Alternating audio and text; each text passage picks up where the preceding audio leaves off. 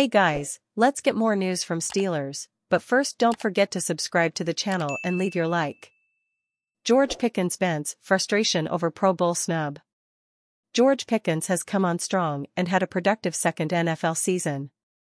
One that he thinks was worthy of the Pro Bowl. In a late-night Instagram story, Pickens sent out this photo of a mostly black screen but the words "F the Pro Bowl ass league" in the bottom left corner. Here's what Pickens sent out around 12:30 a.m./EST Thursday. Pickens was not one of the three Steelers selected to head to Orlando. LBTJ Watt, S. Minkah Fitzpatrick, and SDR Miles Killebrew were the three selected. At wide receiver in the AFC, Pickens lost out to Miami's Tyreek Hill, Cleveland's Amari Cooper, Los Angeles' Keenan Allen, and Cincinnati's Ja'Marr Chase. The second-year wide receiver already expressed his belief back in May that he was snubbed of a Pro Bowl selection last year for his rookie season of 2022. That season, he caught 52 passes for 801 yards and 4 touchdowns. Those numbers did not exactly stack up to the four who were originally selected, with Hill and Chase joined by Stephon Diggs and Davante Adams. While Pickens is uber-talented and highly efficient, averaging more than 18 yards per reception, he lacked the volume and overall production of those other names. Receiver is a tough position to crack, especially in a crowded AFC field, and Pickens had largely played in a poor passing offense that didn't have the caliber of quarterback throwing to him like most of those other names.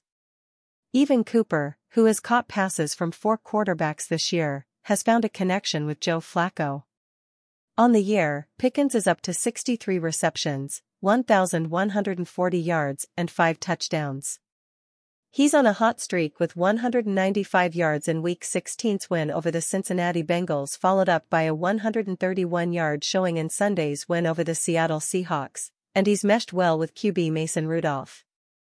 While Pickens has a case to make to be part of the Pro Bowl, it's understandable why he was left off the ballot.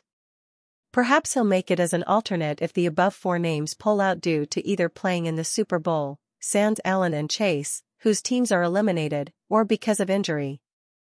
Deontay Johnson made it as an alternate in 2021.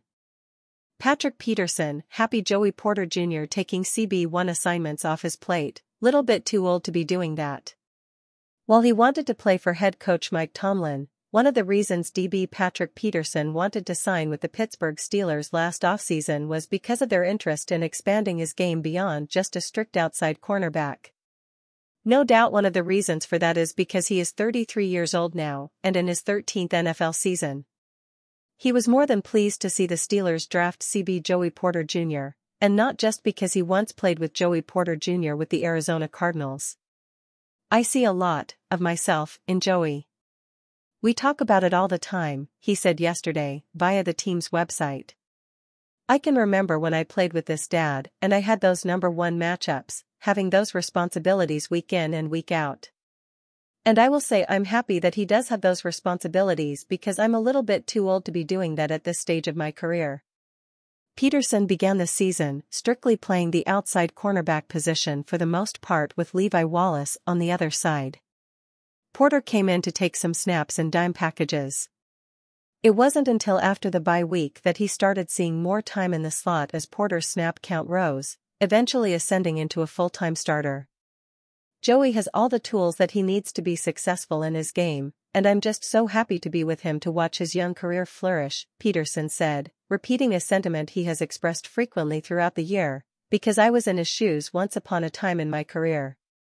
Himself once a 5th overall draft pick out of LSU, Peterson is an 8-time Pro Bowler and a 3-time first-team All-Pro as an outside cornerback.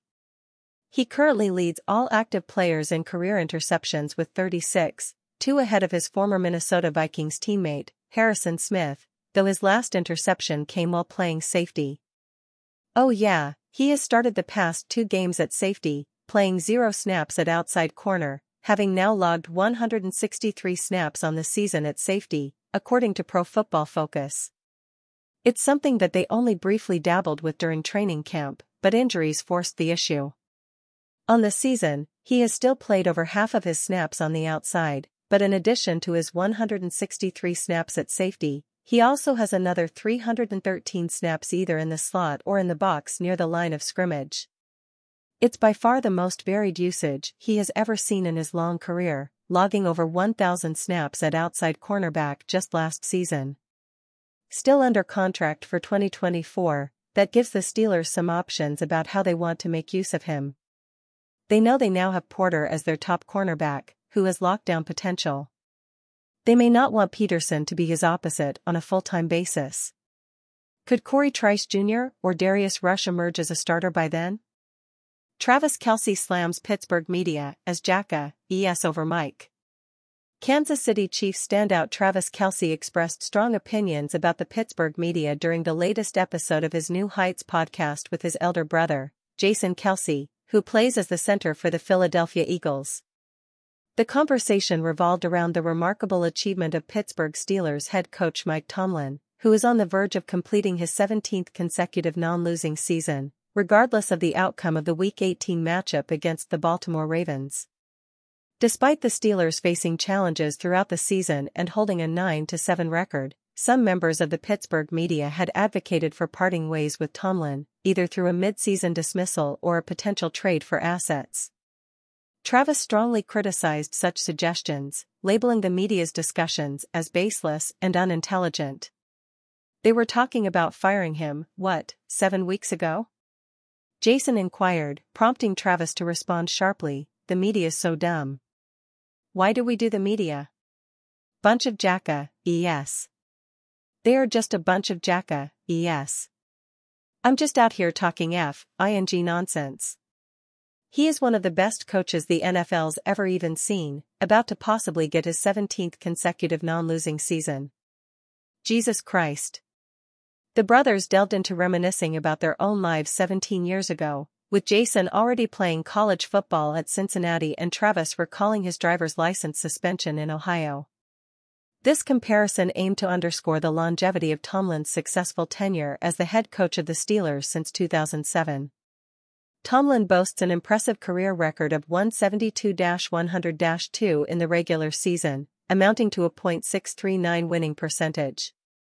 Despite the challenges faced by the Steelers this season, including the mid-season firing of offensive coordinator Matt Canada, they have navigated the tough AFC North division and have a chance at a playoff berth. A win over the AFC's top-seeded Ravens could secure their spot in the postseason.